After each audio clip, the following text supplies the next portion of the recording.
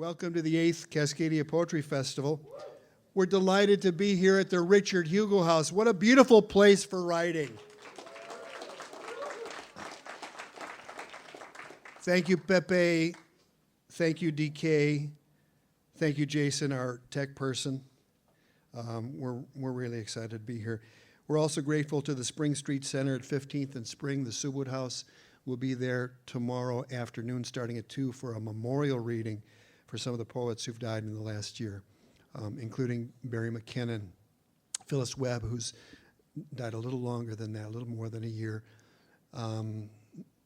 Richard Osler, who before he died donated his 97 Banker's Box poetry collection to the Cascadia Poetics Lab. So we'll always have a corner in the library that we create in memory of Richard Osler. And we're grateful for him, grateful to his contribution to the Poetry Postcard Fest, among other things. Some of our sponsors include Arts WA, that's the Washington State Arts Commission, For Culture, the Seattle Office of Arts and Cultural Affairs, the Kim Miller Foundation, National Endowment for the Arts, West Staff, Carbonation Press, and some of our tablers, including Asterism and Raven Chronicles and others. We mention a lot of foundations, and we're grateful for their support.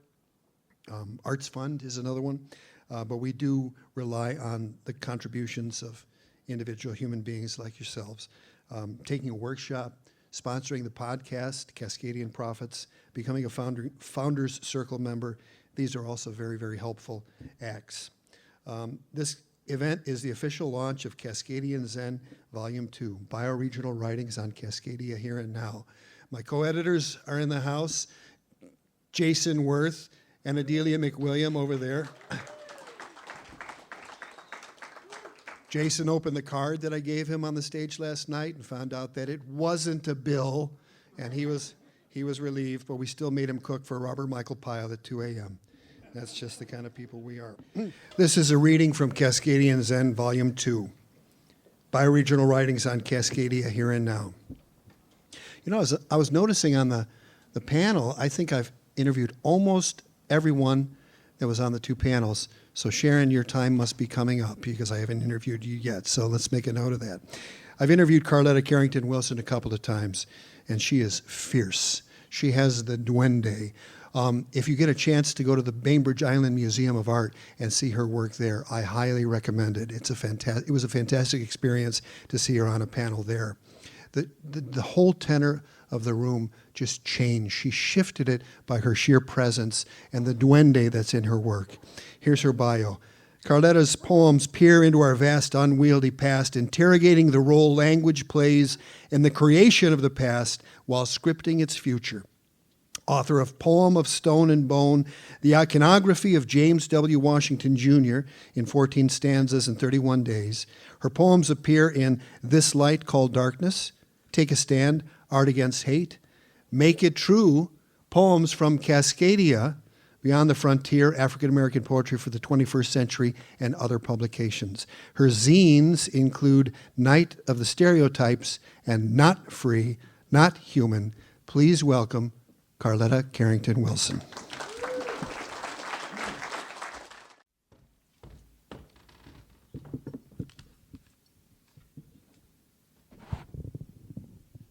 Good afternoon. I'm going to start with Make It True. I've had the honor of being in connection with Paul for decades. In 2011, I was invited to participate in a celebration of Seward Park's 100th anniversary as a visual artist. But generally when I do a series of works, there's always a title poem. So I started working on the poem first. As I researched the history of the land, I discovered that it was known as the forbidden place of lake and river people. For hundreds of thousands of years, no human foot touched that peninsula that we know as Seward Park. Hence the poem, Didn't It Rain, Rain, Rain? That is R-A-I-N, R-E-I-G-N, and R-E-I-N.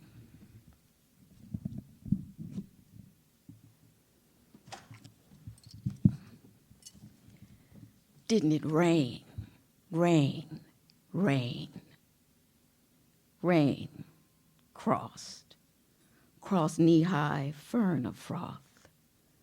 Root-worn trails withstood, tongue of land hushed wind hush up, rush over shadowy lift. Linger bespoke in air, amid light, limb, rise like sky, lunghouse, bone palace, line time, and piney mystery. Rain.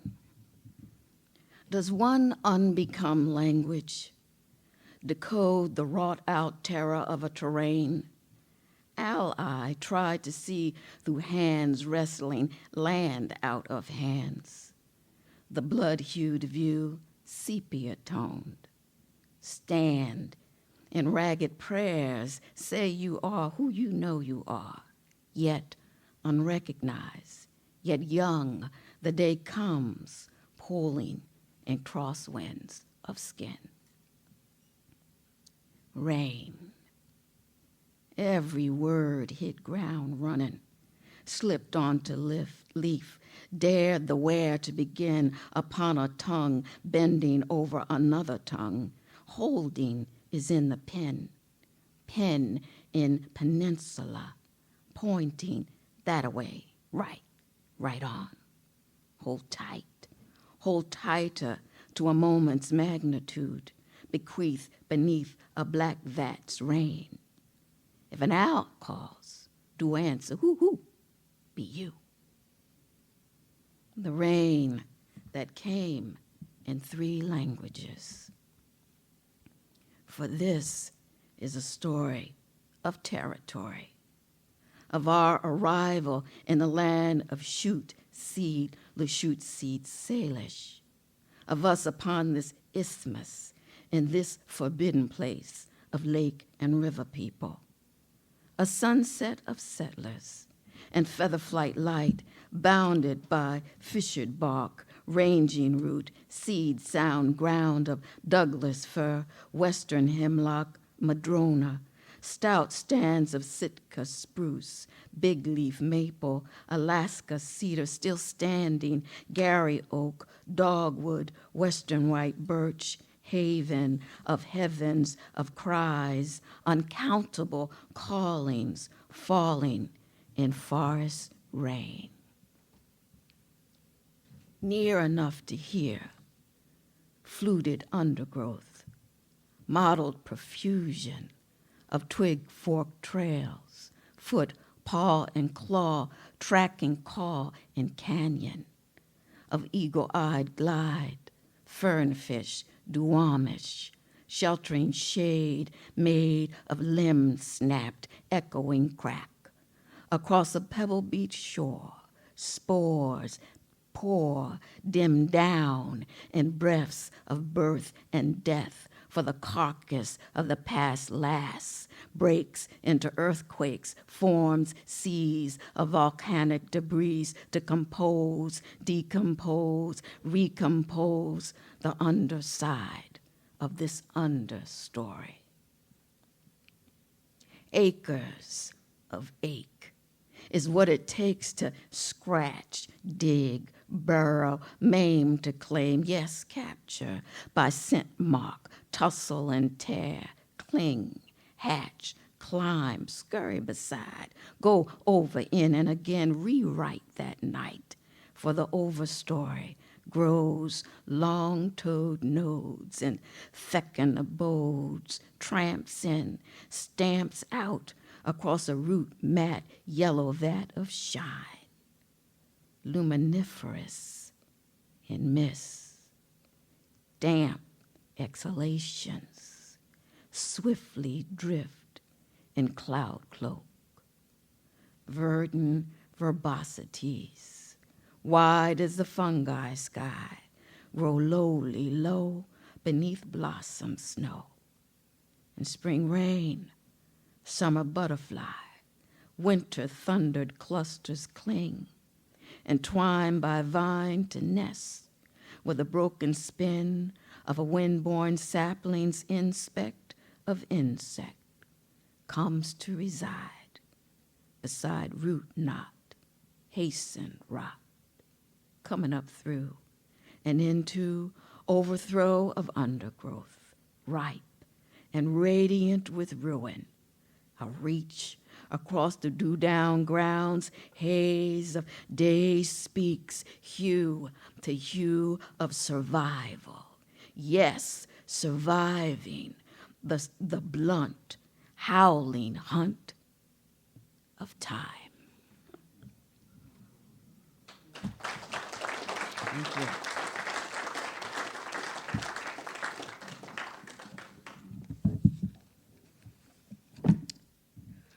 I thought it was a gift to have to write that poem, that it was published in Make It True, and then Cascadian Zen, to have the opportunity to pair these two poems, because the Seattle in 2011 is hard to recognize. But we remember, some of us, it's all of on our conversations, how this has changed, that has changed. But there are the glimpses, there are the places that remain the same. So until today, and I say today, but I did recognize this earlier, I never realized that this is a place of displaced people. Yes, from all walks of life. And in some way, shape, or form, we are all displaced. However, where and when does one find their Zen?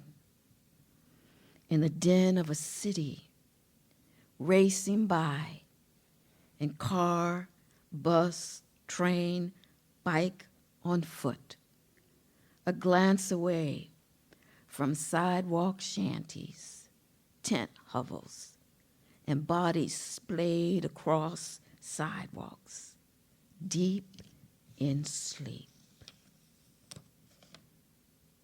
Where Zen? Where Zen? When crouched under tarps across sidewalks, crammed inside of doorways, cascading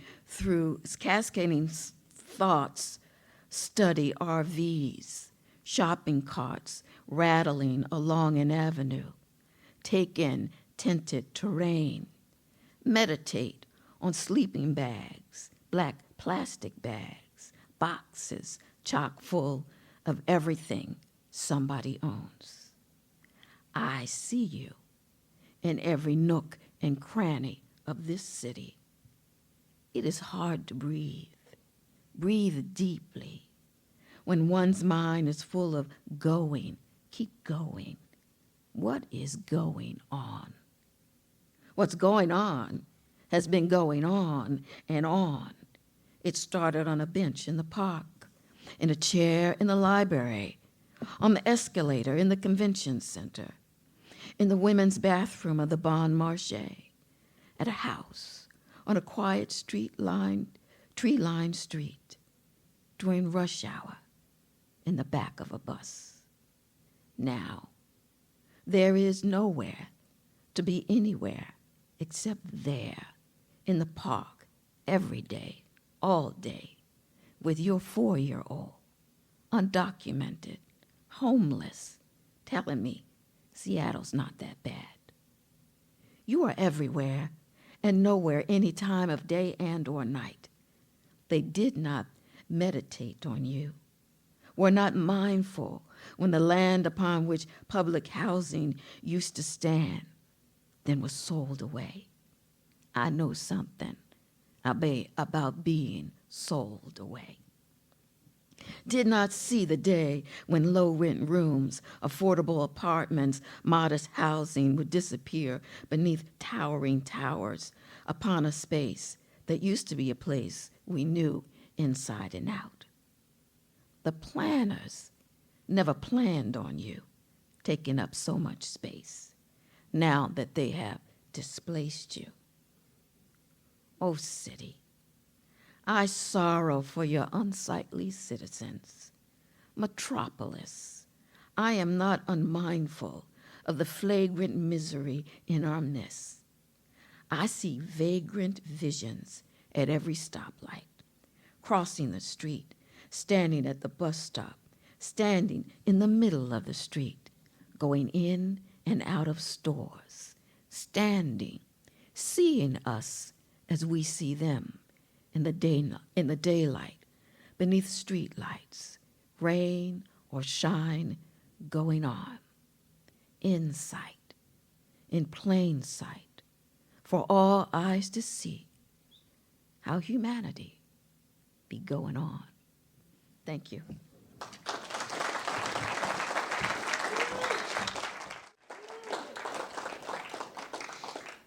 Our next reader has been a friend of the Poetics Lab for a long time and been a part of a number of these festivals that we've put on. Stephen Collis. Stephen is the author of over a dozen books of poetry and prose, including The Commons, the BC book prize-winning On the Material, and Almost Islands, Phyllis Webb and the Pursuit of the Unwritten, which I believe he was speaking about this morning. All published by Talon Books. A History of the Theories of Rain was a finalist for the Governor General's Award for Poetry, and in 2019, Collis was the recipient of the Writers' Trust of Canada Latner Poetry Prize. The Middle, the second volume of a trilogy begun with A History of the Theories of Rain, will be published in October, so I'm guessing this just came out, October of 2024. He lives near Vancouver on unceded Coast Salish territory and teaches poetry and poetics at Simon Fraser University. Please welcome Stephen Collis. Thanks, Matt. Thanks, Paul. Thanks, everybody that has anything to do with Cascadia Poetry Festival, which is everybody in this room, I guess. I'm thanking you all for being here and reading and organizing and attending and all the things you're doing. I'm so glad I'm coming after Carletta because that was so beautiful, and I have so much to say about what you're doing. It's so beautiful. I am, as well as reading, I only have a couple short poems in Cascadian Zen Volume 2, so I'll read. I read one of them last night. I'll probably read the other one or two. That'll take like a minute. So I'm going to be rude and read from my new book and say, oh, I'm going to turn this into my book launch. But, you know, this is a book about displacement, both of people and plants, actually. I got really into the fact that we speak of plants the same way we speak of people. So when I say we, I mean people I don't like, actually. But because these are the people that look at plants or people and go, oh, you're invasive, and you don't belong here, and I've got to get you out of my garden. And I think we have to get over that. Anyway, off the soapbox. Let me read the short poems, or a short poem or two, see how I feel, from Cascadia. I don't write a lot of short poems. That's why I'm like, can I read these? I don't know. And also what I appreciate about Carletta is those poems have space in them, and you need that space, I think. To a sooty sparrow dead on the side of the road. Sleep, bird border unbound, when I have never dreamt, but seek as seas do to rise up over rocks of no return. We, if we can be we, find a way to wing this, not sleep perchance, but death that deeper connects across terrain of fields, just about to sift night through boughs as their borders unguarded sleep my bird I would, if I could, be party to your parting, a part kept apart, but close beneath your closed eyes. It's so short. I'll read the other one too. Solstice dream of a spring to come. After last rain, picked first blackberries, fallen full-bodied into round dark, some animal scuffed the inside, its poker face sharpened to a glow, though the pie I knew would be sweet and heal something I had forgotten on the far side of the receding hill I saw was our only refuge. So the middle is a long poem in 3 long sections, or serial poems, really. And I'm going to read from the first section, which I began writing in November of 2021, when there was something I know in the Canadian media, I don't know if it was the same down here, but we had a huge storm. And there was this new term, new to me anyway at the time, an atmospheric river. Are they using that term in Washington too? I don't think I'd ever heard that term before. A lot of rain is what that was about. But it caused huge flooding in BC. Like BC was cut off from the rest of Canada for like months. You had to drive into the United States, go east and back up into Canada. There was no way to cross BC because every bridge was out. But that storm came in right around Remembrance Day. And Remembrance Day, and then a couple of days after that, we lost some incredible matriarchs, I want to say. Phyllis Webb and Lee Maracle both died on Remembrance Day, November 11th. And 2 days later, Etel Adnan died. These are 3 poets and just figures who I was really loved their work and loved what they represented in the world. So that began a meditation on climate apocalypse and et cetera. So that's where this poetry's coming from. But it's a very Cascadian moment of that huge storm coming in of the Pacific and destroying everything as though to accompany those women out of the world.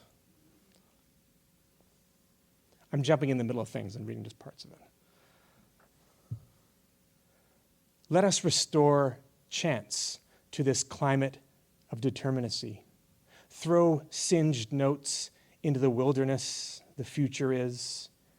Change, I will say, not as vicissitude or individual will, but as patterned movement. All I desire is patterned social movement, pulsing musically towards what wilderness the future is, blow by blow. The fire and the flood, inspiriting sentient trees. If this isn't a revolution, I won't even hum the tune. I should say that those floods are so devastating because of how weakened valleys, mountains were from forest fires and deforestation. Thus, everything came down with no trees to hold the water into the land. Where there's fire, there's water too. Hillsides burnt in summer, slump inundated in winter, no trees to keep, no soil to hold, aspen, bristlecone, hemlock, pine, spruce, and ash, and ash, and ash, and water roar, swept into ravine, into vortex, into fished from a sky of fire, rushed torrent to acidic sea. Words made for singing and chanting, just silent here. No inert world is not ours, is its own fire built and banked between verges, feels sorrows, exalted joys, though not by those names. Elm, alder, poplar, maple, and spruce have their own revolutions, their own red, which turns us back and folds us in again, falling mountains, swollen rivers, a petrolus loose in the heart of every crying bird. Last night, talking was more than talking. It was burning words in each other's thermal hearts. Fire was the element the sky called to, but only rain came. Rain after rain, and then the fire remained in the cold sky alone. Somewhere in a land I'd like to be able to remember, every plum blossom co-regulating clings to the sound of bees. I started to feel around this time a woodenness within, new fire kindling, heat where only water moved over soundless stone. The eye consumes itself, yet I did not join the fray. The beloved world around me burnt or was washed from its perch in possibility. I did not move or weep. Sunken states are sunk in the heart. Knees buckle in the climate of disaster. I am only broken to be whole, only whole when I am with others equally broken. Fire, fire, fire, flood, flood, flood. Bright blaze to the river, all trees and plants soon on fire. Tamarisks, willows, elm trees, celandine, rushes, and galingale. The garden moves with wing and wind, the shrapnel of life escaping the wounds. Its goal to string pyrolytic moments together for as long as possible. But the garden, want to think apple, seed planted brain, arum palestinum, black calla lily, rubus almifolius sanctus, zatar, zaytun. We're not birds, writes Fady Judah, but light. I write because I can't sing. In thick dark, waking beyond matter, hearts and wind depart for islands, no power less unbearable than love. The permanent eclipse, hell not the sole owner of fire, the middle of the street, not the only place love bursts, a bull whirling in the sky, the great dancer suspended midst three ghosts of poets I love, plum blossom clinging to plum blossom trembling. Thank you.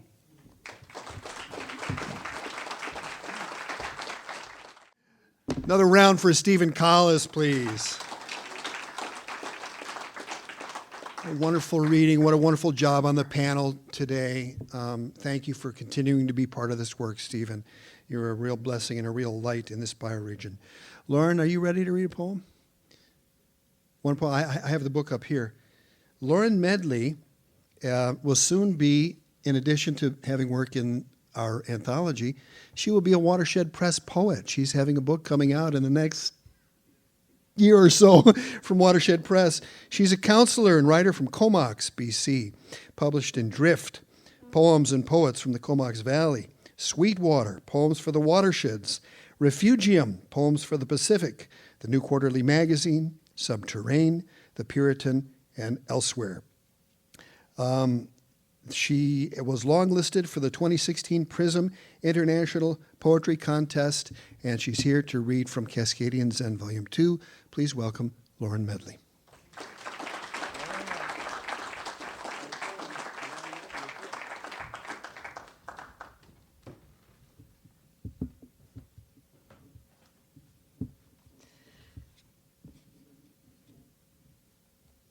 Well, I'm going to read a sestina. Casting lines at tide change. Last night in my dream you filleted a fish right there on our bed. Ran a knife along the edge of the backbone, offhand as usual. I considered the usual interpretations of dream imagery, the lack of backbone, urging me to take a stand, fish with obvious sexual overtones, edge blurred between fish and bed. No signs of skirmish on the bed. Sheets tucked with their usual careful corners define the edges that bind us to the dream world where lovers like fish can lose their backbones. I recall your backbone scooped like a wild salmon in the bed that was water to our fishing. Hooked, caught, nothing unusual about that. But no leaping dream wave could carry us to that edge. The quick edge of your knife lifts the backbone free and slides dream-like under the fish's ribs on the bed. Released from tidal yearnings, the usual tedium follows this small death of a fish. You like your fish bled at sea, cleaned on the edge of the boat deck and delivered in their usual pink condition, with backbones carried off by gulls and dropped in kelp beds. The smallest pliers can remove pin bones. Dream or night terror. Filleted fish bereft of backbone, thrash and swim to the edge of the marital bed. Not unusual in a dream. Thank you.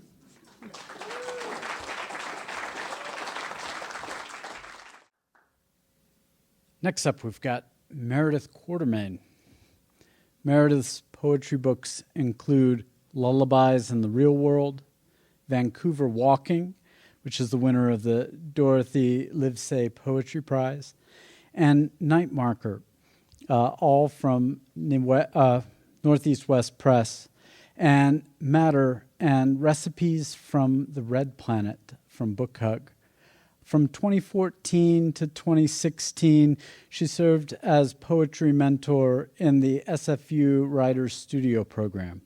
Her work has appeared in the Malahat Review, Prism International, the Dalhousie Review, Event Magazine, the Capilano Review, Golden Handcuffs Review, and many other magazines. Please welcome Meredith Quartermain.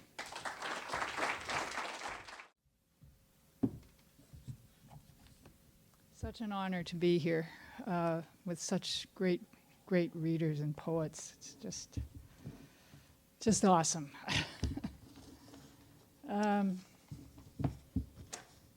So I'm going to read the 3 pieces that are in Volume 2, but I'm going to read them from larger print for obvious reasons.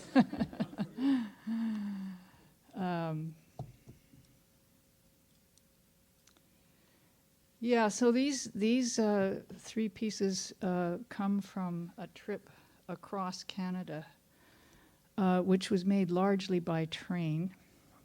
I find trains just great for moving into the reverie of reflection on things, and so these pieces have a reflective quality. And they're, I say no more. So this first one is about on the train moving out of Vancouver towards the mountains.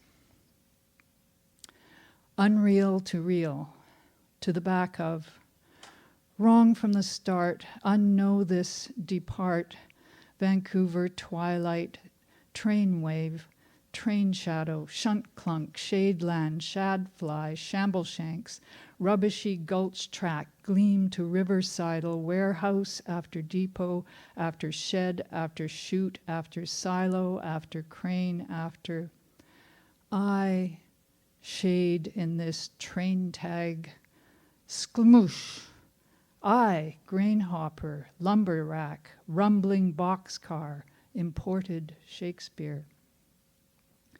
Karoom, gotcha poet, point in a grid, bit in a bite, boo in a boonie. Buy low, sky blue, who's it, not you? Lift the latch, cross patch of proof rocks, Xanadu, Xanada, Canadu. Wheel your red barrow in Blake's Cathedral, BP, Nickel, St. Rains, St. Ruggles, Bible omen, schoolery brewing, howitzer idiots, normal ruling.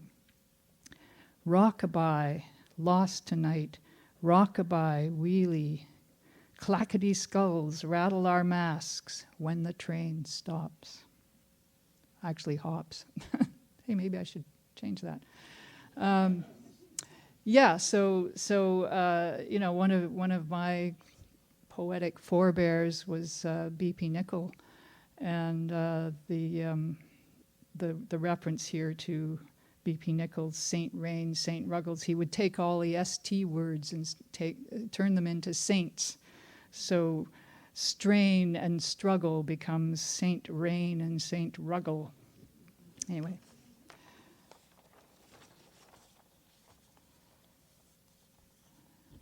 Now, what's happening in this one? Right, this poem makes reference to Odysseus entering the underworld, and I thought, well, I've got to do something for women, so I created a character, Odyssea. So Odyssea is the one undertaking the epic journey. On a pushing, shifting thought train, cross the delta, into mountains, mark the trampled snow, follow, don't follow, make it new. Follow the tracks, the breath prints, foretellers, rails down a rabbit hole, blood at a votive pit, a slashed throat. Speak, holy forester, speak, horseman, martyrologist, speak of the ill, the dis. Unhoused, unfed, under bridges, fan of guy wires, lacing concrete ribbon over silver river, hulk of an old bridge, showering sparks. For 3 years, cutters disappeared it piece by piece, bartender says to Twilit dome car. On the Canadian, whatever is that? Stolen land of sawmills, cutting trees to shrink-wrapped 2x4s. Out of key with her time, ringing Kootenai from Camelot, she fished for obstinate rhymes.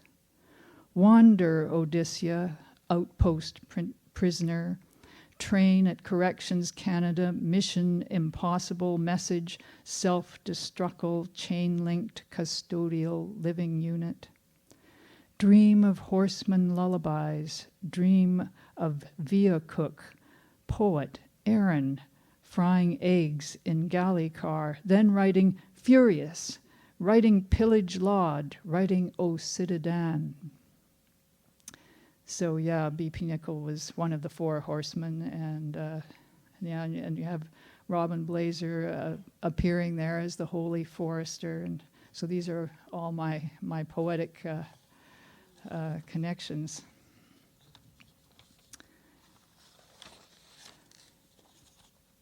So finally, at the end of this trip across the country, I get to the other side of the continent, and I end up on a tourist route called Cabot's Trail.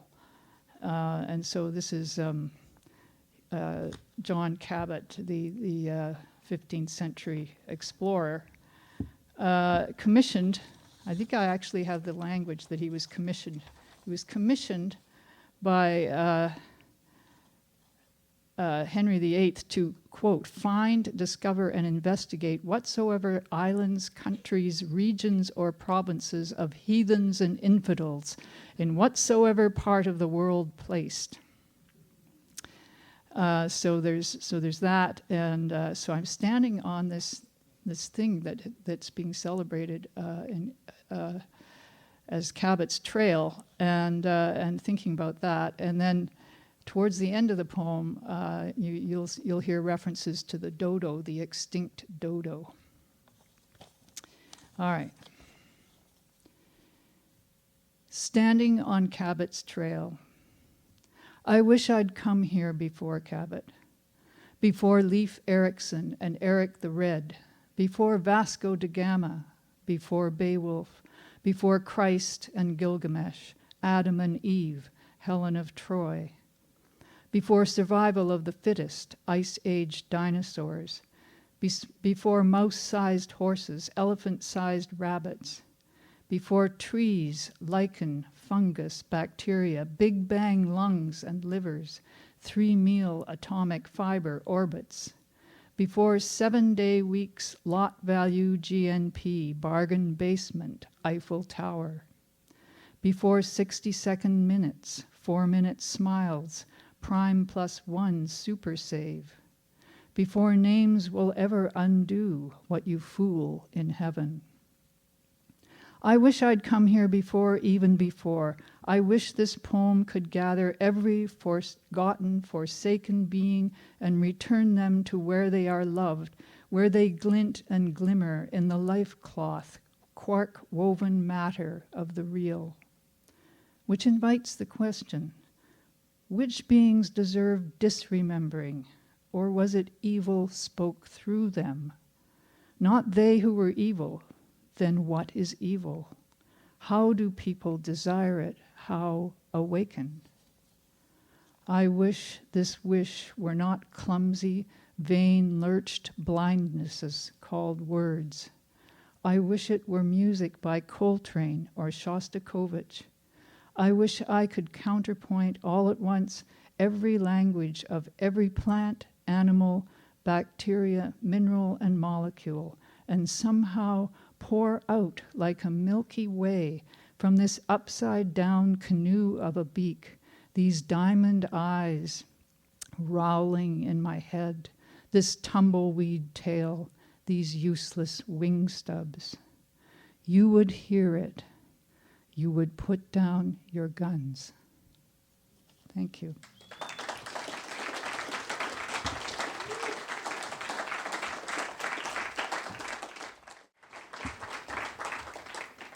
You would put down your guns, how that ends. Damn, I've read that a couple of times now to workshop participants. Deborah Poe, you are next. And I'm going to go to your bio here.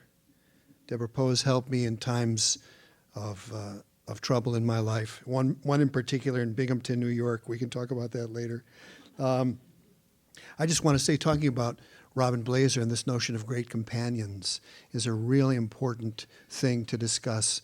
You know, who are our companions? Who are our poetic forebears? And hopefully new ones are being made at events like this. Deborah Poe is the author of several books of poetry, including Keep, Elements, and Our Parenthetical Ontology, as well as, I say that like John Olson, Our Parenthetical Ontology, as well as a novella in verse, Hélène. Her visual works, video poems, and handmade book objects have been exhibited throughout the United States. She lives in Seattle on the ancestral land of the Coast Salish people. We're delighted to have her read and be part of this book. Please welcome Deborah Poe.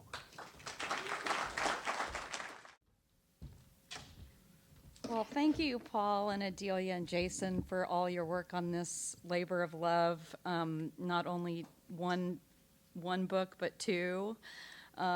Really, really such an honor to be part of this book. It's really special. Probably a number of you that know me, or, well, you're going to find out that this is my heart's home. I have lived here longer than I've lived anywhere my whole life, and so this feels particularly special to me to be in an anthology like this and at a celebration like this. So really happy also to be in a group of kindred spirits, and a few days before this godforsaken election. Yeah, it feels good. So thank you all for being here, and for everyone who's read so far and will read after me. So I'm going to read kind of an uncharacteristic. I realize that I've never viewed myself as somebody that writes love poems. In fact, I've pretty much said I don't write love poems. But I was thinking about all of the pieces that I chose to read, including the ones in the anthology, and they really feel like love poems more broadly to this region. But this first one, I'm reading more because of the time that we find ourselves, and it is part of my Elements ongoing work. It's called Indium, and you can imagine the song Tao and the Get Down, Stay Down song Phenom, which the video from this song Phenom came out in, I think, like 2020, somewhere in 2020 when the pandemic was getting heated up, and it seems to me like the zeitgeist of a time that maybe we're still in. But in any case, Indium. Spectral discovery, blue-violet phenomenon, liquid crystal panels, pandemic zoomgeist. Phones, TVs, computer screens host feels stunted patriarchs. No indium in you, still borderland between metal and superconductor you feel right through. Quarantined, conduit, normal conductors you see block the light. Trauma king clown runs a country under careless command. Crisis of disconnection, capitalism's own uprising, at the death margins, clarity in the wake.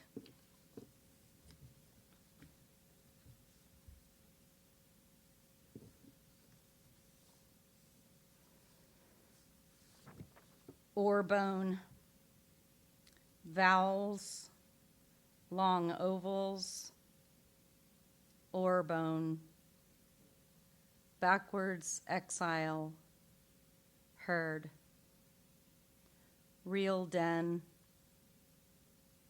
consonants restriction.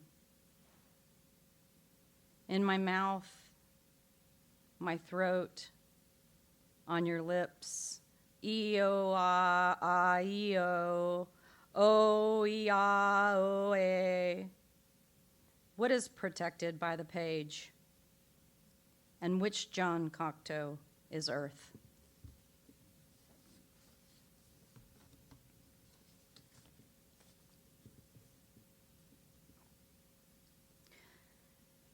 Dear Jiangji, one golden company in the golden wind. That is sky, Ananda. Not getting drunk, now ringing a bell, mantra sung somewhere, knots loosening from the center, coming to the middle or coming to the middle through the middle, not middling way. I have never been to your home. I have been to your house 100 times. Kongans and a loosening from the center, clear mind. Don't know. 2. How is it when the tree withers and the leaves fall? Don't know. How is it when the tree withers and the leaves fall? Autumn mind. How is it when the tree withers and the leaves fall? Don't know mind. How is it when the tree withers and the leaves fall, neither right nor wrong? How is it when the tree withers and the leaves fall for those who love and hear me? How is it when the tree withers and the leaves fall, see the poetry in you? How is it when the tree withers and the leaves fall, the sun is far away and the wind is strong? How is it when the tree withers and the leaves fall, question tumbles the heart body? 3, wither and fall, body exposed to golden wind, wither and fall, dying, life open to the moment, golden wind, breath of the world breath, don't know sigh, withered body to golden wind, wither is change, wind shifts the day. 4, loneliness, the intimacy of exposure to golden wind, warmth among the death that falls around us.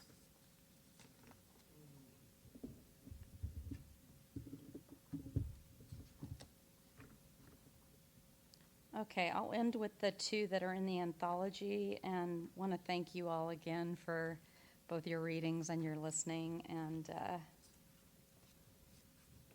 it's really good to be here. I'm so close to the front of this anthology that I don't even know what to do with myself. What another honor.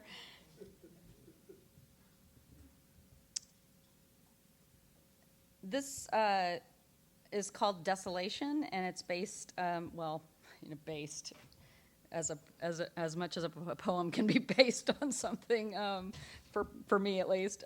This is in part a hike that I did of Desolation Peak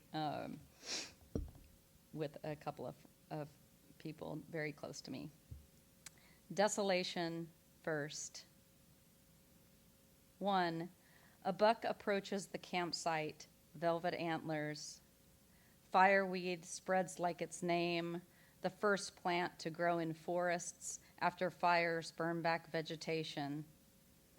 But this is a day made of sun. Still, words swallow our tongues. We take them into our thighs, the height. 2. Trying to read the glacial flower, the way glaciers grind against bedrock. One knows more than the others. Is it tree or three? Desolation or elation? Are we climbing to or between? 3. Motor and wed, sprayed with lake water, together in transport, fueled by westbound impulse, deciphering the switchback, the back and forth recall. Stories we tell only ourselves. The absent hair twirl, the geometry of eyelashes, mouths a name in 3 syllables, blue air that smells like memory, fresh coffee, nicks on the bamboo floor, from the mountain, another mountain, peaked edges. Let the afternoon swim beneath itself. 4. Much to learn of the relationship between silence and speech comes from this day's trifecta. Distance and intimacy underlined by the lake, insinuated through grounded needles and angled space. 5. Landscape lexicology. Not a collage, but assemblage. Less 3 filaments than terrain tapestry.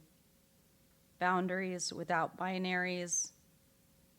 Not what the scene is without, but all the breath it holds.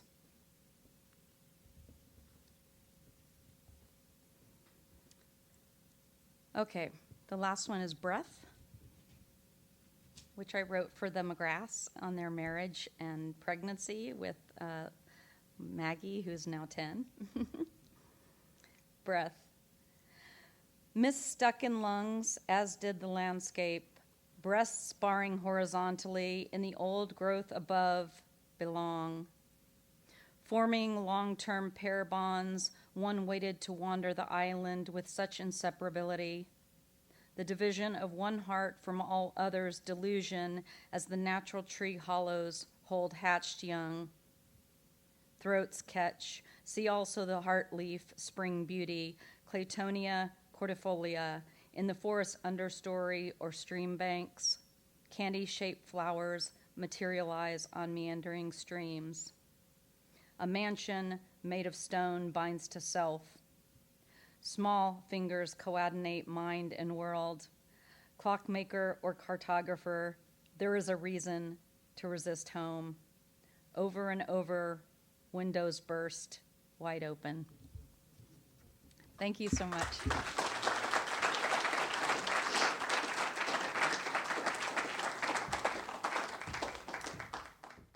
Our next reader is Ursula Vaira, and Ursula has been kind of pivotal for the putting together of these anthologies, working on the proofreading, and it gets to be tedious work. So, Ursula's done a really great job. Ursula's writing is strongly located in landscape. Her paddling journeys attempt the wilderness within. She has published 3 long poem chapbooks, and Caitlin Press published her first collection, And See What Happens. Her current manuscript is nonfiction, the story of a damaged creek, the salmon who try to spawn in it, and the stream keepers who tend them as massive forces of population growth, deforestation, industry, and climate bombard the planet. Ursula is an 8-year member of the Stream Keepers and the founder and publisher of Leaf Press. She lives in the Knarston Creek watershed. Please welcome Ursula Vaira.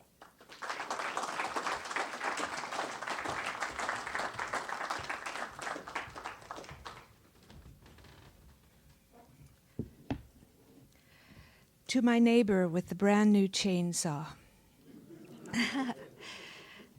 This poem has a lovely epigraph by Rob Lewis. Thank you so much, Rob.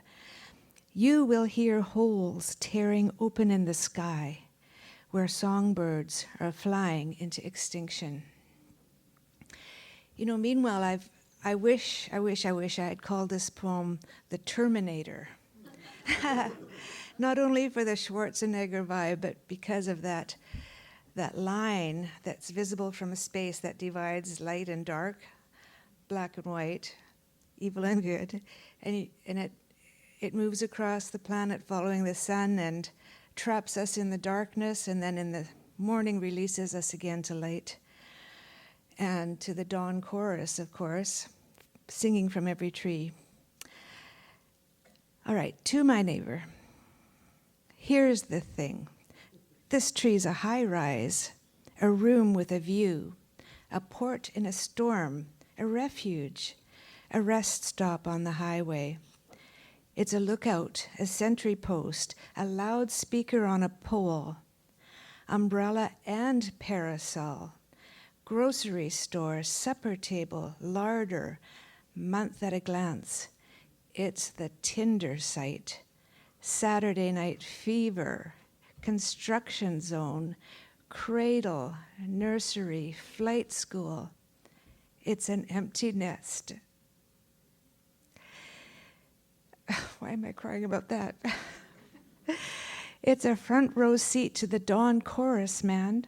Grab a coffee, have a seat. Can't you see? We're all still here. Yeah.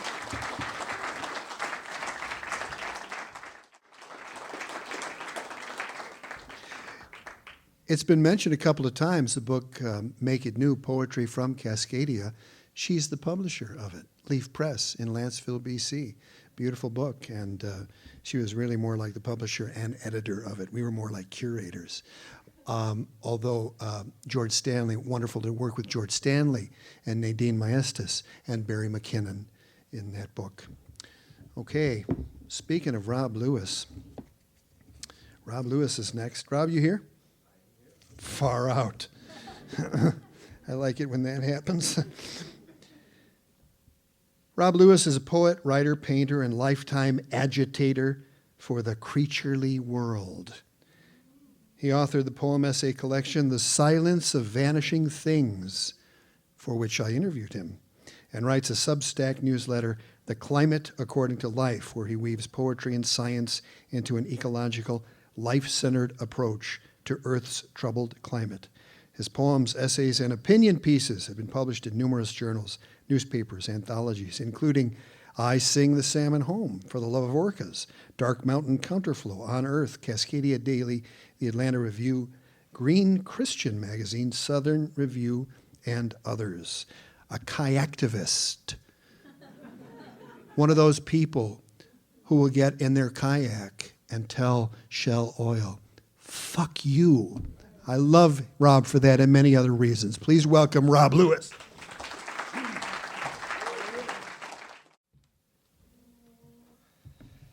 Well, I'm blown away, I think like everyone else here, by this festival. And I also was thinking about this memorial.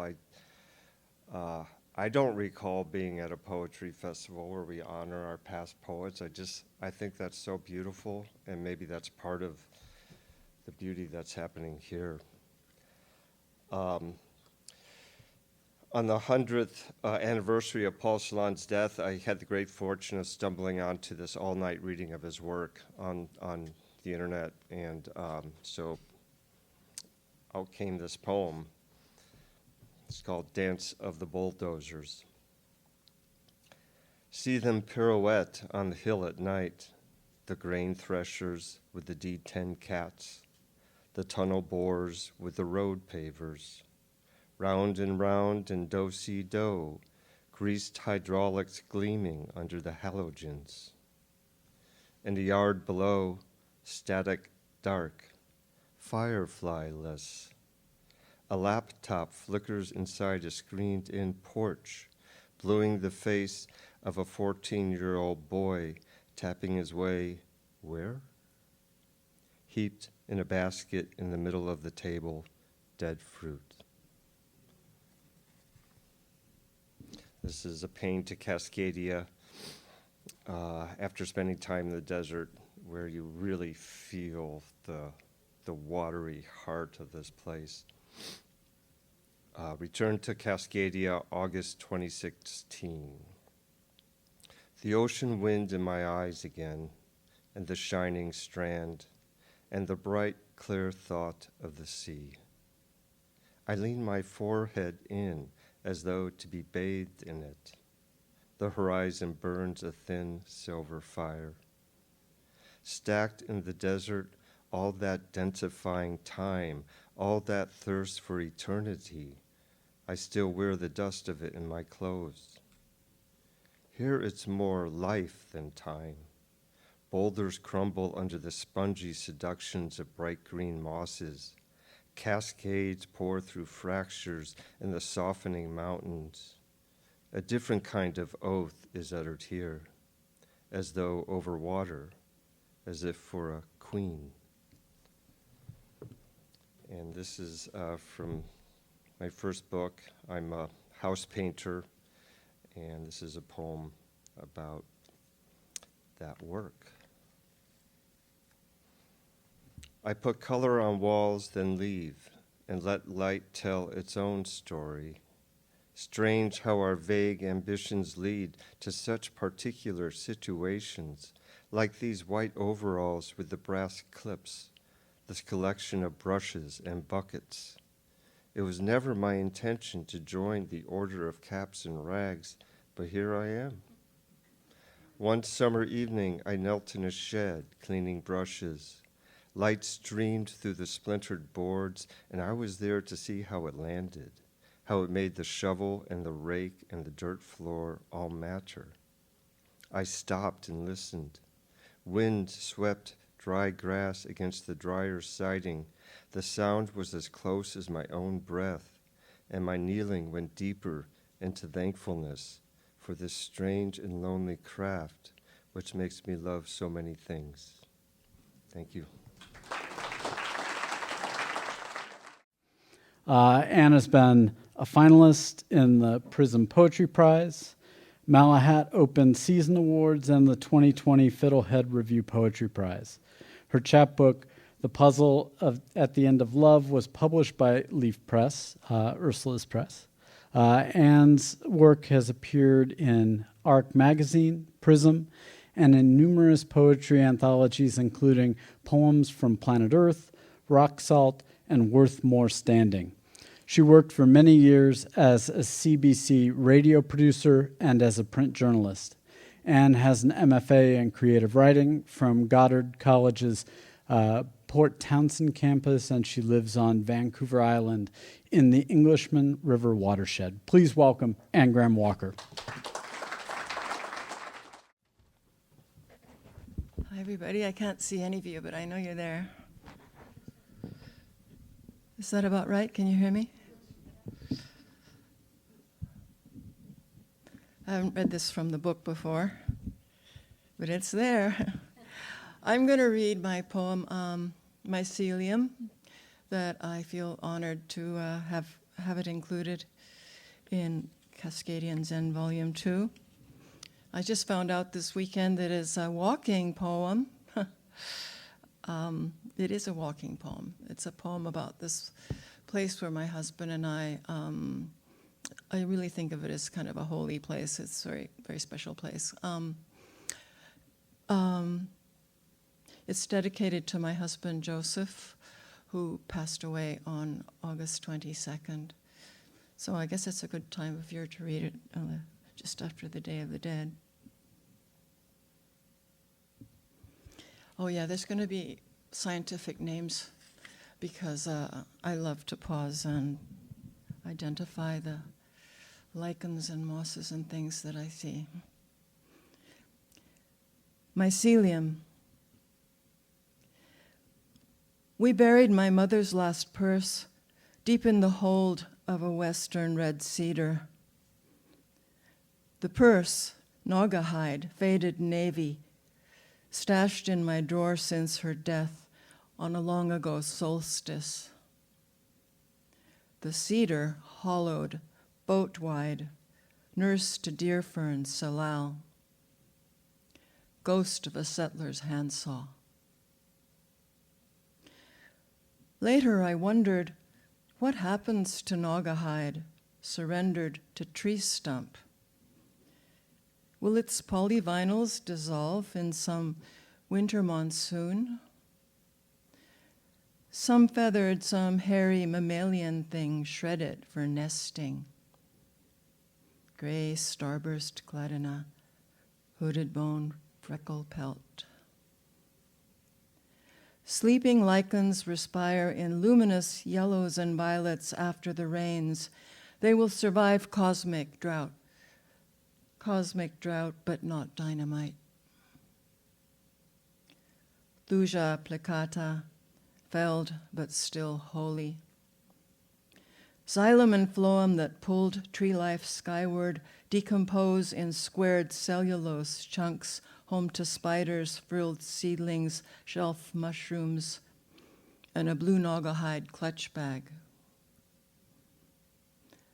The bag she packed for the hospital. Small packet of Kleenex, plastic health card, driver's license, and a handwritten note that just said, "I love you all." You, me, forever roaming these sentient woods, scanning for a glimpse of the owls, marking our tracks, a blue mycelium with no botanical name.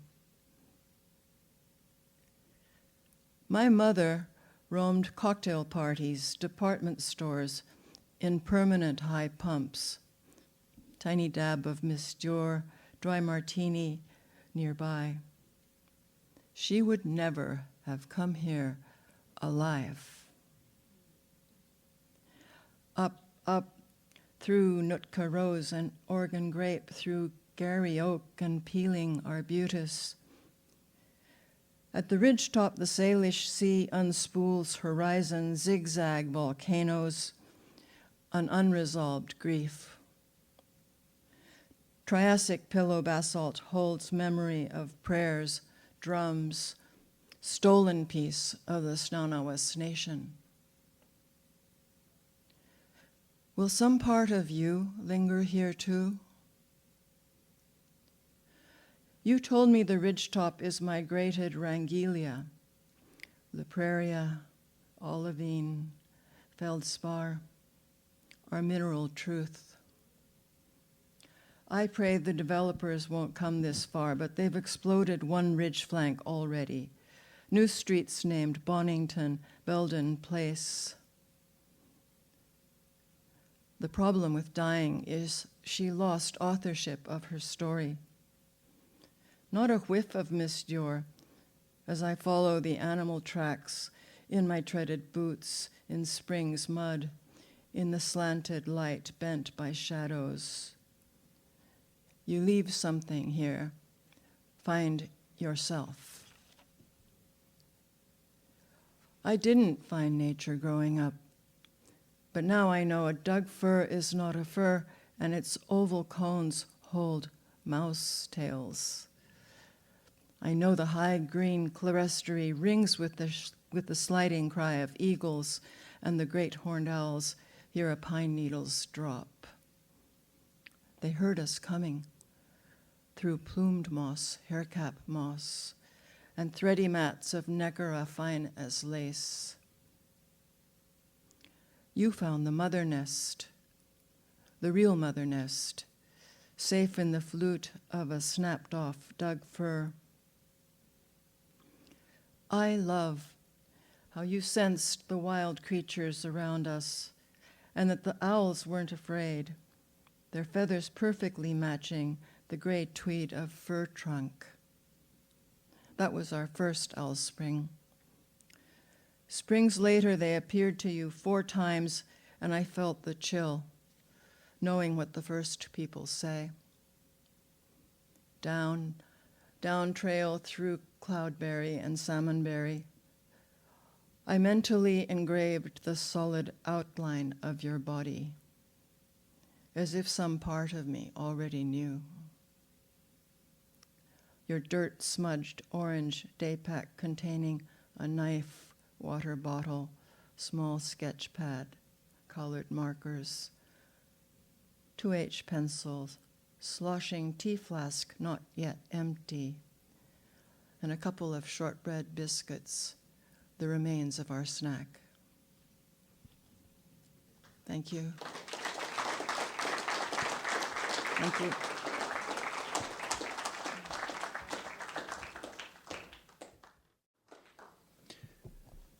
I hiked that place she was talking about with Joseph. And when a writer writes about a place like that, the potential is that it becomes mythic. And it's mythic in my imagination, as in Olson's Gloucester, or in what I tried to do with A Time Before Slaughter about Auburn, Washington. And it's just so beautiful to have the experience knowing the terrain that she's talking about, and also having met Joseph. Jami Macarty gratefully recognizes Native nations of the West, especially the Coast Salish and other tribes, as the traditional and rightful owners of lands where she's had the great privilege to live, write, and learn. As a teacher at Simon Fraser University, as an independent editor, and as a writer of essays, reviews, and poetry. She's the author of The Minuses, winner of the 2020 New Mexico-Arizona Book Award, Poetry Arizona, and 3 chapbooks, including Mind of Spring, winner of the 2017 Vallum Chapbook Award. Her work has been honored by financial support from Arizona Commission on the Arts, BC Arts Council, and by the editors at magazines such as the Capilano Review, Interim, Vallum, and Volt. Her new book, the Vallum Chapbook Series number 38, is The Whole Catastrophe. Please welcome Jami Macarty. Hi. So I live between 2 bioregions, both Cascadia and then the Colorado River Basin, so the Sonoran Desert that surrounds Tucson, Arizona, and where the only place in the world where the mighty saguaro live. So let's see, I want to read a poem for Ursula first. Let's see if I can find it. So I'm gonna read from, I'm representing Cascadian Zen Volume 1, and I have 1 poem in that volume, so I'll read that. I'll get to that, but I want to read 2 poems before I do that from The Minuses. There it is. Okay, so this is called Thin Attachment. So the minuses in this book, yes, it's elegiac. It's about losing people. It's about endangered species, endangered bioregions, but also the xeriscape of the desert, but also the losing, in a way, the attachment to desire. Thin attachment. At this hour, any god is rain. A woman pulls plastic from a dumpster, holds it up to her body to see if it fits. She inhabits blatantly her wish to be dry. The rain inhabits its falling. My car inhabits the street. The wind winds the woman wrangling the plastic. A gull of newsprint scuds the fogged windscreen, veers me to a halt. My steering wheel, hands at 2 and 10, her shopping cart filled with clothes and wet cardboard. Morning's thin attachments on the street of beggars, a monsoon wealth.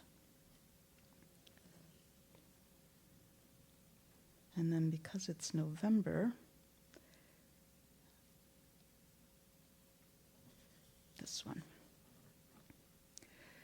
Sun, sun, no cloud, no shade trees, no cool sea, no rain, no train, no show. Shine, shine, no shade bees, no butterflies, no birds, breeze, November. Sun, sun, no dark, no moon, no dawn. Sun, sun, high noon, no morn, maroon, no proper time of day.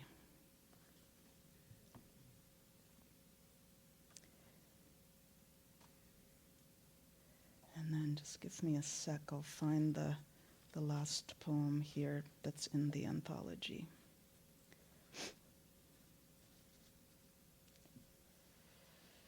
Yeah.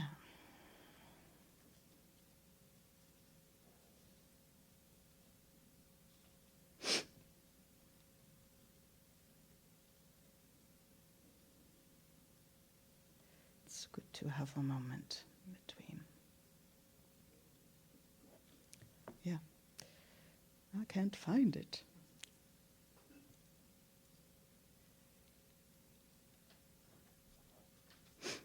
It's called Equals Rain. We stand on the dead. The trees' November hearts skip beats, havoc, groundward. How is this done? The garden and the broom, the shovel and the grave. Parked bumper to bumper, cars make a grief train. No matter how many times the sky rives, no month is any worse than another. Simultaneity makes sense only as an image repeating. Rows and rows of corn, headstones. One can be dead and a guardian. The rain inevitable, as if the sky plus death equals rain. In the plain, there's advancement, but no one has anything to say about it. We pace the aisle of what happened to the sky, our heads and the windows, variant ovals. In the plain, there's advancement, but no one has anything to say about it. We pace the aisle of what happened to the sky, our heads and the windows, variant ovals. One grace, incarnate dawn, even though its color pollution derived. One can be blind and a watchman. Regardless the plain's westerly direction, on the inside, backward to the east. The past increases within the present, invisible elsewhere. Brown leaves blanket the oblivious, dissolving body. This day and night, from now on, each day and night, his arms unmuscular. Thank you. Let's give it up again for Jami Macarty. And next up, we've got Deborah Woodard. Deborah, are you here? Oh, okay.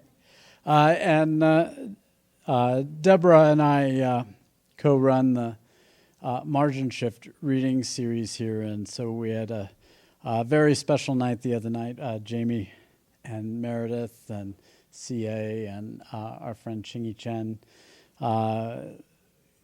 put on a fantastic show, and we did some meaningful ritual. And I've been working with Deborah on this reading series for how long now?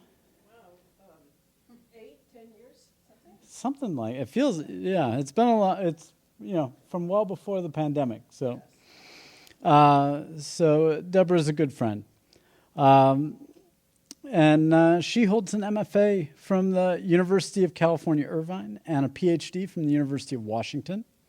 She's the author of Plato's Bad Horse, Borrowed Tales, and No Finis Triangle Testimonies, 1911.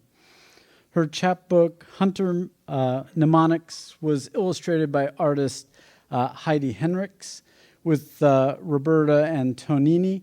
She has translated the poetry of Amelia Rosselli from the Italian in Hospital series from New Directions, and Obtuse Diary and The Dragonfly, which it's a gorgeous reissue of that from Entre Rios. It's not a reissue, it's a retranslation. Oh, a retranslation, yes. And Notes Scattered and Lost, which is forthcoming from Entre Rios as well. and then a document from World Poetry Books, which will be coming out in 2025? Yes. Okay. Deborah teaches at Hugo House. In fact, just kind of got out of teaching a class on Byron. So in this neighborhood, Seattle's Capitol Hill neighborhood, and co-curates the reading series Margin Shift, Friends in Poetry. Please welcome Deborah Woodard. Hi, everyone. How's the mic? Okay, great. So I hadn't had my copy yet, and I don't know what sections of Hunter Mnemonics were, so I'm going to look for that just a second. Oh, right in the beginning. Awesome. That's great. That rarely happens.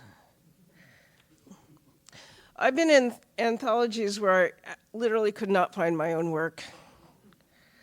Okay, so I'm so grateful to Cascadian Zen for republishing portions of Hunter Mnemonics. This is how the original book looks. And to be able to bring back a piece of work that originally appeared in what I felt was a gorgeous presentation, and to have it reborn in another gorgeous form is yes, it's how you roll. I don't have the words for that, but it's a great gift. And I have to admit that these poems come out of a very different region because I grew up in Vermont, and this is about a small hike toward what turned out to be hunters' shacks. I grew up in a household that wasn't religious for various reasons, and so I was pretty uninformed about some basic facts, such as where Jerusalem was. And I also didn't realize that different places could have the same place name. So when I heard people talk about Jerusalem as being near our place, I was confused. I had a feeling that it was strange that it wasn't attracting more people, for one thing. But also a sense that I was missing something, and so I didn't actually ask for a clarification. The other little bit is that before I went on this hike, I got a new pair of sneakers. And it's not like I didn't have shoes or clothes, but I didn't get new stuff every day. And so to get a pair of sneakers just for this walk was kind of amazing. And I actually remember getting them in this general store in Plainfield, Vermont. I have a vague memory of that. Okay, Hunter Mnemonics, from Hunter Mnemonics, 1. When I was little, I didn't understand why wax paper rustling in some corner made me fix upon the town like a glint of water or the muffled barking of a dog. It was quiet here, a silence blunt and practical that tied its laces. And Al's was no name, but a joke the trapper painted across the cover of the well. I found tin cans and a pair of antlers that almost brought back the tang of your shot, the monotony of its tuft of smoke. When we got in the clear, we'd reach the cabin. I imagined red plaid beckoning us forward, milkweed's limbs akimbo. But I didn't understand why Jerusalem was just a few miles up the road, or why the town was weaker than its well. So I drew down a flap of the gray sky. Behind barred windows, hunters rested quietly, made for themselves a different stillness. The woods could never close over these few. I strained my likeness from them, peeling wax paper from a corner pocked with leaves, the way I strained to protect Jerusalem as I thought through the town. When I was little, I didn't understand and stood like the cabin, unlaced and cold. A sheet of wax paper rustled inside the cover of the well. I tied my laces. 2. I'm stillness, like the plastic nailed over the scullery of rats sleeping beside the empty doorframe. In the woods, we followed tire tracks. You told me pink checkered sneakers were the dry goods of epidemics, while I thought they were my steadfast red plaid jacket of the hunter. When we bumped fingers against one lichen-covered branch, I imagined a humming in the metal. People only went to Jerusalem if it rose magically from the rats scudding. A dream brings back the touch of your fingers, degrades the rats, their ointments.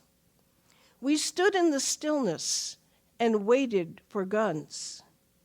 No one went to Jerusalem, for it was here, under the cover of the well. And finally, 5. The milkweed pods lent me their pinky brown sneakers. It's so intriguing. Hunter and the rats and my mother had been on overload on the road, with me atop a green mound of rising, a strip of undulant grass. Before we left, I made sure to knot my sweater carefully around Jerusalem, saw how this clearing had been set apart, hidden behind a tuft of seeds. The cabin was hurt by our thinking to sweep her rough boards, knowing them tied to us. Maybe the cabin feared being cleaned like a gun.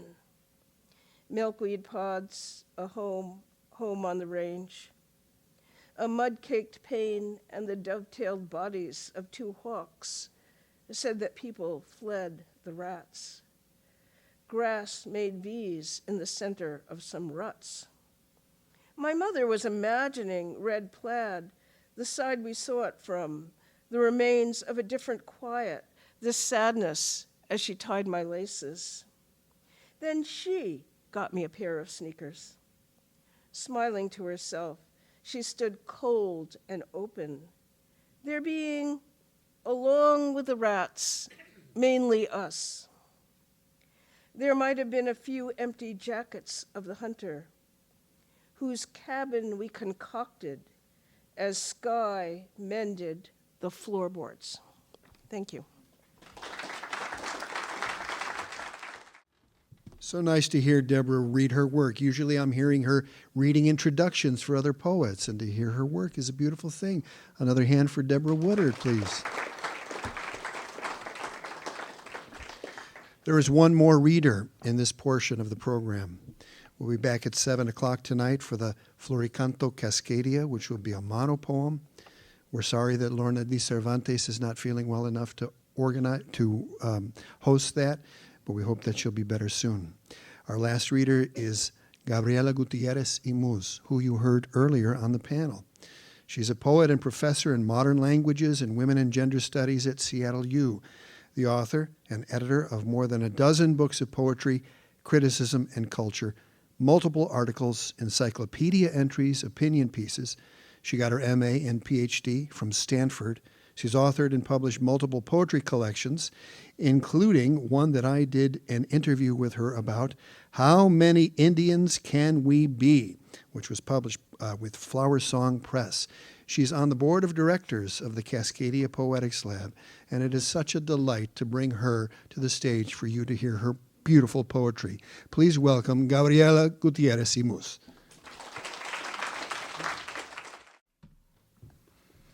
Are you having a good time? Aren't you happy that you're here? I think people have been enjoying themselves, and I have a poem at the end of this where I want to thank you for being here. And you know, I love poets. There's nobody like poets. I wanted to read from, I'm in volume 1, and I wanted to remind you all that we have a lot of books of this one left, right? A few? So if you missed buying this one, we need your support. If you like 3 days of poetry every year, we need your support. And I want to say this, I don't mean to be, continue to say the same thing, but if you see the people on this board, Paul, Matt, even Sanj gets to work a lot, and Jason, how they work and what they do to bring 4,000 books across the border from Canada, and what they do and how they are and how they treat everybody they meet. They are really the salt of the earth, and they are magic, and they bring so much love to this city. And that is why I'm asking you to support Cascadia Poetics Lab. I know that I need them. Thank you. I'm gonna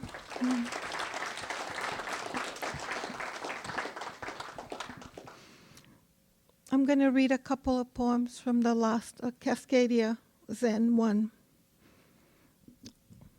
Fishing. Cast your nets wide in your new paradigm. May it not be fish you catch. Zen. The tree's tree, the river's river, the snow kisses, the lake in ice. The Olympics blush, one sunset at a time. The umbilical cord has not detached yet from its earth. Apples still grow. Grapes and berries arrive to markets.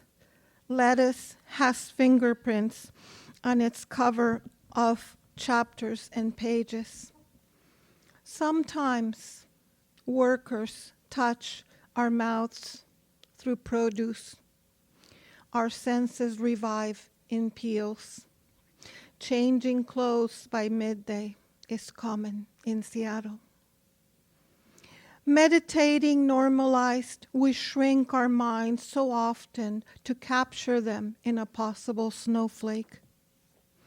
The rain, tea from chamomile, elderflowers, roses, and geraniums is the earth's afternoon treat, and its accoutrement. Dogs know this is not Kansas. Empowered,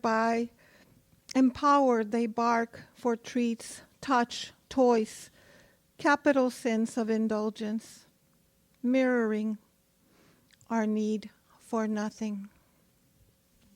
This is called Seattle Nahuatl. I know if you were here last year, you heard me talk about how I consider Seattle to be Aztlán. And Aztlán means the mythic land for Latinos, for Chicanos. And it's also a wonderful place. It means place of rivers, place of hawks, place of lakes. Seattle Nahuatl, fall, October in Seattle, the leaves of space needles wrestle with the rain through the window shopping eyes of spirits, visions threaded from above, desde el más allá. Winter snow shelters traffic lights to shine like Christmas trees on homeless quilts.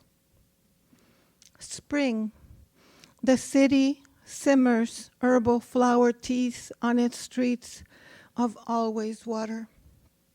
Summer, parking garages sizzle like refrying bean oil. Cars, the cheese-like profiles of Scandinavians, happy to park across the street from the sun.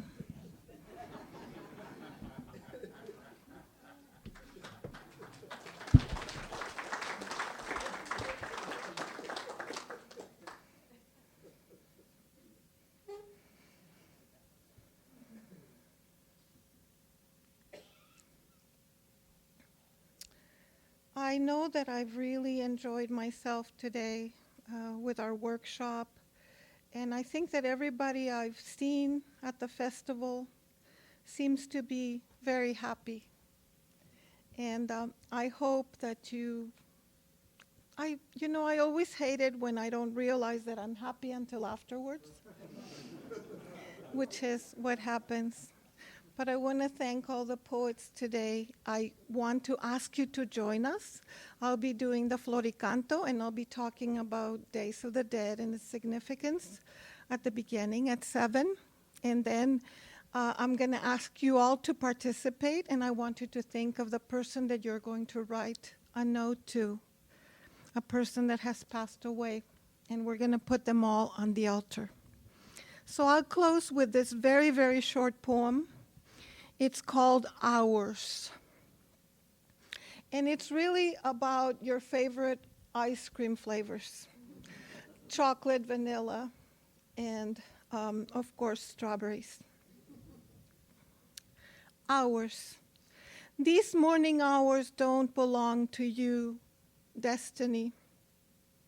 I will write poems that are mine in a continent of vanilla, strawberries, and chocolatl, in a continent that births chiles, tzitomatl, jicama, copal, tamal, maíz, avocado.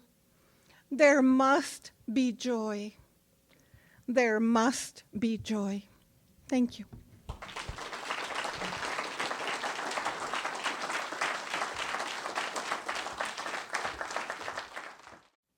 Gabriella, Gutiérrez, y Muhs.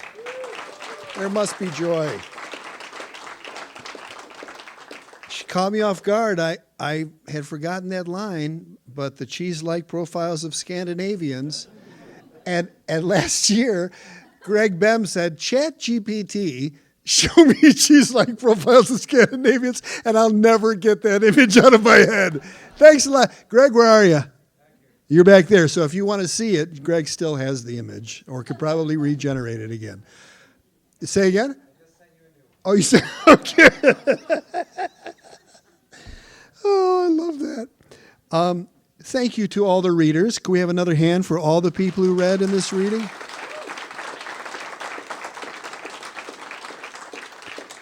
Thank you to board member Diana Elser, who is also part of the Cascadia Poetics Lab board. In addition to Jason, and Matt, and Gabriella, and I, and Lorna. And yes.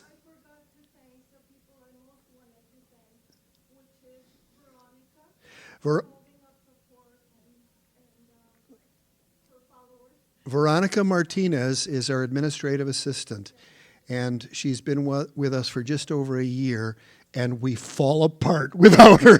It's amazing how beautiful it is to have her around. And she's not been feeling well, so she sort of set us up with all kinds of organizing and then is not here. But we hope that she will have a poem tonight in the Floricanto. So thank you all for coming. Thanks again to the Hugos. What?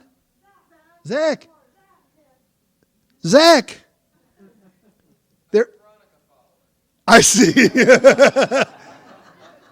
Zach Charles is our audio assistant and my poetry teacher, and on the postcard committee, and bookseller, and on the Cascadia Poetics Lab Youth Committee, which I think they're talking about renaming Cascadia 2050. That has a hopeful ring to it. Thank you, Zach. Thank you, everybody. We'll see you at 7 o'clock here.